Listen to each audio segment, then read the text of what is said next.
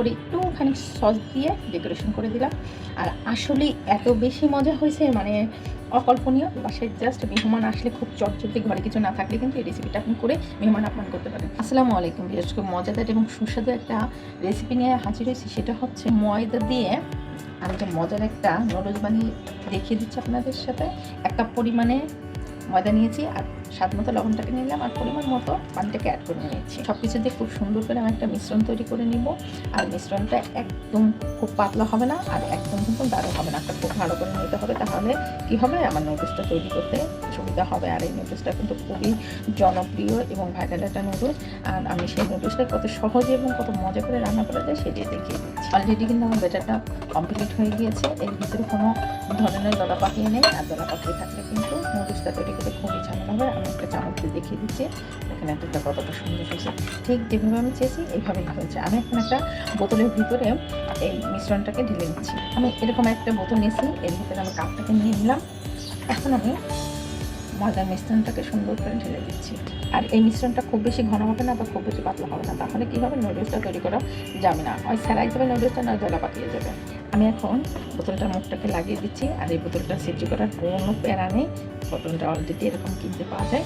আমি এখন চুলায় চলে যাব। আমি চুলায় একটা প্যান নিয়েছি, আর প্যানটাকে একটু তেল বিরাস করে নিই। আর এই পর্যায়ে চালটা কিন্তু খুব হাই স্পিডে থাকবে না, একদম নর্মাল তাপমাত্রায় থাকবে। হাই স্পিডে থাকলে নুডলসটা বানানো কিন্তু খুবই মুশকিল হয়ে যাবে। সুন্দর করে ঘুরে ঘুরে দিতে হবে, খুব তাড়াহুড়া করার কোনো প্রয়োজন নেই। দিয়ে জাস্ট কয়েক সেকেন্ড পরেই আমি উঠিয়ে নেব। দেখেন উপরে যে কাঁচা ভাবটা সেটা কিন্তু দূর হয়ে গিয়েছে, আর নুডলসটা কিন্তু অলরেডি সিদ্ধ হয়ে গেছে। এইভাবে এই কিন্তু নুডলসটা উঠে যায়। দেখেন কত সুন্দর উঠিয়ে নিলাম, একদম চাউমিনের মতো কিন্তু দেখা যাচ্ছে। বাস আমি আপনাদের সুবিধার জন্য আরেকটা দেখিয়ে দিচ্ছি। দেখেন অনেক কিউট নুডলস হয়েছে। আমি নুডলসগুলোকে একটা প্লেটে উঠিয়ে নিচ্ছি।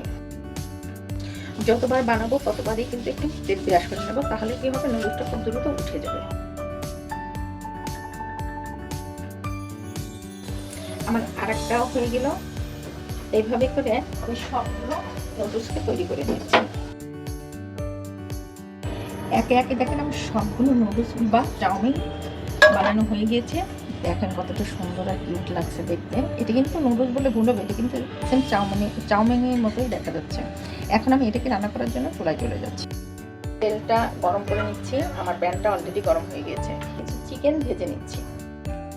আমার চিকেনটা ভাজা হয়ে গিয়েছে, আমি এখন চিকেনটাকে উঠিয়ে নিচ্ছি।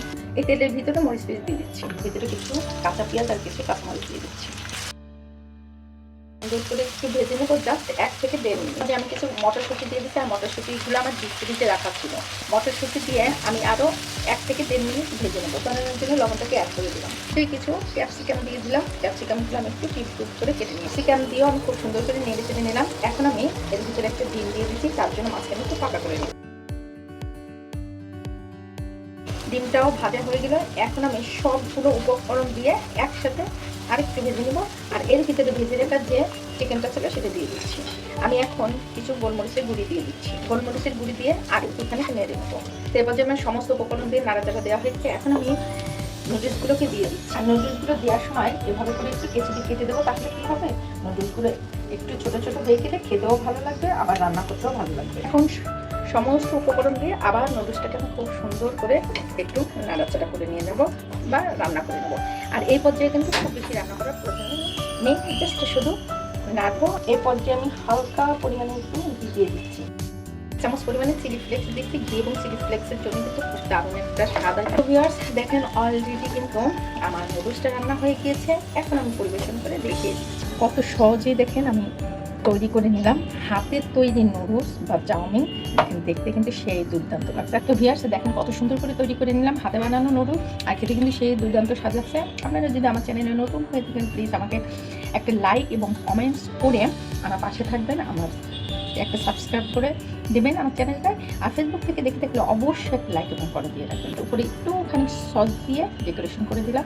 আর আসলে এত বেশি মজা হয়েছে, মানে অকল্পনীয়। বাসায় জাস্ট মেহমান আসলে খুব চটচটে, ঘরে কিছু না থাকলে কিন্তু এই রেসিপিটা আপনি করে মেহমান আপ্যায়ন করতে পারেন। এই পর্যন্ত সবাই ভালো থাকবে।